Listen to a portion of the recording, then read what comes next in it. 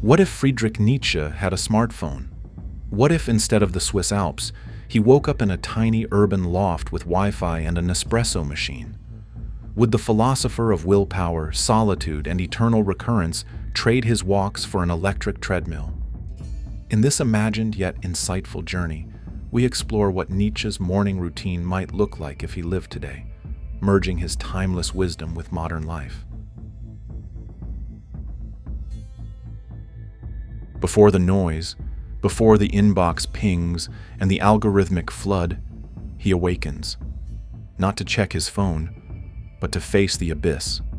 If Nietzsche lived today, his morning would still begin not with sunlight, but with darkness. It's 5 a.m., the hour when the world sleeps and the self stirs. No alarm, just discipline. He'd splash his face with ice-cold water, a ritual not of comfort but of confrontation. The body jolts, the mind sharpens. In this silence, the mind is sovereign. While others scroll, he would sit, perhaps cross-legged on a hard wooden chair, with a black notebook, not a newsfeed, and begin writing. No music, no chatter, just him and thought. This sacred solitude isn't loneliness, it's cleansing. Modern minds dread the quiet. Nietzsche embraced it. To him, this hour wasn't empty. It was fertile, where fragments of eternal recurrence or the will to power might rise uninvited. This is not morning routine as self-help. It's a battlefield, a place where the soul gathers strength to meet the day, alone but not abandoned.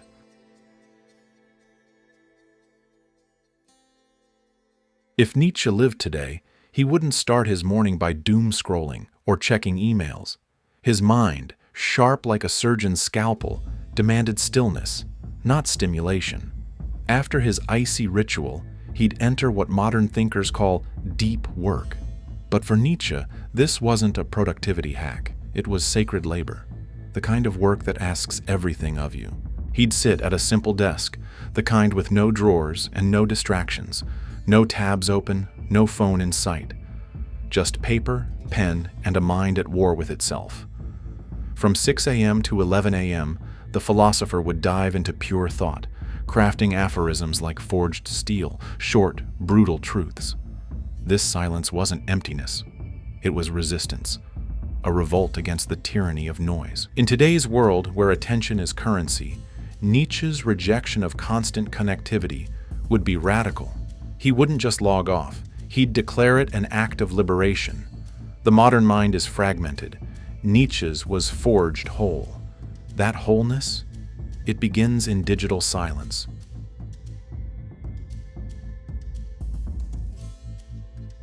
After hours of mental battle, Nietzsche wouldn't collapse on a couch. He'd rise and walk, not for steps, not for fitness, but for thought. In his time, he wandered the forests and lakesides of the Alps. Today, he might pace through quiet parks or tree-lined streets, earbuds replaced by birdsong, smartphone left behind. To Nietzsche, walking wasn't a break from thinking, it was thinking. He believed that motion loosened the chains around deep ideas. All truly great thoughts, he wrote, are conceived while walking. His feet moved, and so did his mind.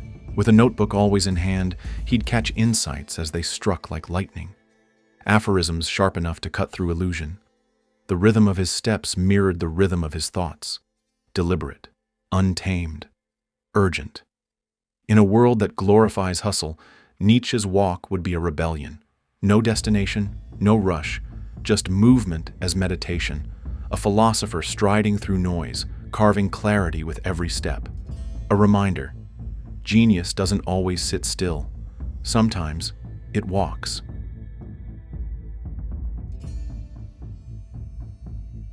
Nietzsche didn't eat like a monk, nor like a king. He ate like a man at war, with himself, with his time, with inertia. His breakfast was Spartan, a glass of warm milk, sometimes followed by simple bread or fruit. No sugar highs, no dopamine-chasing indulgences, just quiet sustenance to support a stormy intellect. If he lived today, Nietzsche wouldn't down protein smoothies for gains or sip oat milk lattes for clout. He'd treat breakfast as a ritual, something precise, unromantic, and intentional. Perhaps eggs, fruit, a slab of meat. Something primal. Something that didn't distract him from his real work. Thinking, writing, becoming. To Nietzsche, the body wasn't a machine to be pampered, but a vessel for the will. The stronger the vessel, the clearer the thought. His morning meal, like his entire routine, served one purpose: to forge the overman. Not through pleasure, but through discipline. In an age of convenience and overindulgence, Nietzsche's breakfast reminds us, feed the body, yes, but only enough to serve the mind.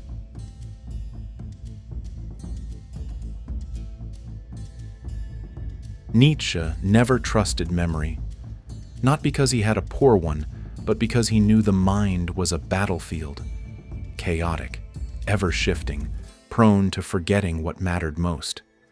That's why he carried a notebook like a sword. During his long alpine walks, or in the quiet shadow of his room, he would scribble down thoughts as they came, raw, half-formed, alive.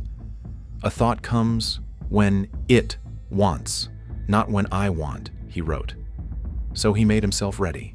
In today's world of voice memos, to-do lists, and digital overload, the practice remains timeless. Capture the idea before it vanishes into the abyss. Because the abyss doesn't just stare back, it swallows things whole. And once gone, the insight may never return.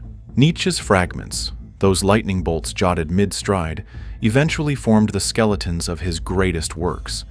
In his modern routine, he'd still pause during a walk to write down a sentence like a prophet recording visions. Not for Instagram, for immortality.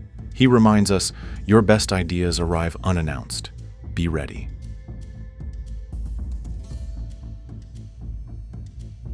Nietzsche didn't hate people. He just didn't need them around all the time. He believed that true thinking, the kind that reshapes the world, demands distance. Not from love or meaning, but from noise. In our hyper-connected age, solitude has become a rare luxury. But Nietzsche saw it as a necessity, not a retreat. His walks alone, his meals taken in silence, his days spent without chatter. These weren't signs of loneliness, but of purpose. Today we confuse being alone with being disconnected. But Nietzsche teaches us that solitude is not isolation. It's alignment. A deliberate turning inward to hear something deeper than notifications. He would say, you don't escape the herd to vanish. You step back to see clearly. In a modern routine, this means carving out tech-free hours, not just for self-care, but for deep self-encounter. He reminds us that the will to disconnect isn't a rejection of others. It's a fierce reclaiming of your mind, because only when you are alone can you truly meet yourself.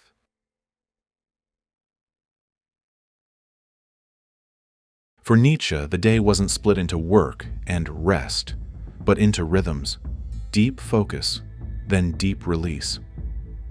By midday, after hours of writing and reflecting, he didn't reach for coffee or a dopamine scroll through distractions. Instead, he returned to nature.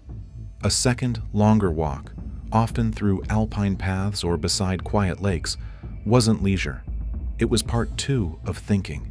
He called it his reset. Modern minds suffer from what Nietzsche would call a restless fatigue, always working yet never truly thinking. The midday walk is his antidote, a full cognitive reboot. Not idle, but contemplative. Not mindless, but open. It's where tangled thoughts find shape and clarity returns. In a modern twist, this could mean stepping out into the park, walking without a podcast, leaving your phone behind, giving your brain that much-needed pause to breathe, to stir new ideas. Nietzsche didn't stop thinking. He just let the body carry the mind through the fog. Movement as medicine again. Reboot, then rise.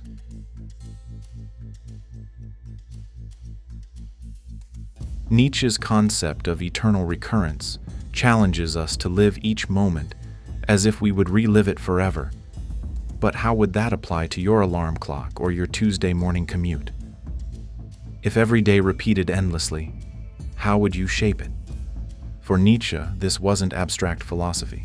It was a call to radical presence and intentional living. Imagine waking with that idea. Would you scroll your phone for 40 minutes or write something eternal? Nietzsche's day, though rigid in structure, pulsed with fierce intention. He didn't merely follow a routine, he consecrated it. He made daily discipline a spiritual act, not a productivity hack. Waking early, writing deeply, walking often, these weren't chores. They were rituals of becoming. In the modern world, eternal recurrence could mean choosing habits that reflect who you want to be. Repetition not as prison, but as practice. Discipline as devotion. You don't need to climb the Alps, just rise with purpose. Nietzsche reminds us, if we live each day like it returns forever, then even small routines become heroic. In a world brimming with distractions, Nietzsche's imagined modern routine offers more than parody. It's a provocation. He shows us that structure can be liberation, solitude can be power, and daily rituals can shape our destiny. Whether it's a morning walk, a notebook in your pocket, or choosing presence over noise, the philosopher's ghost whispers one question. What if you had to live this day again and again? Would you scroll or create, escape or evolve? You don't need Nietzsche's migraines or mountain retreats to begin. Just the courage to shape your life, one deliberate moment at a time. Seek wisdom.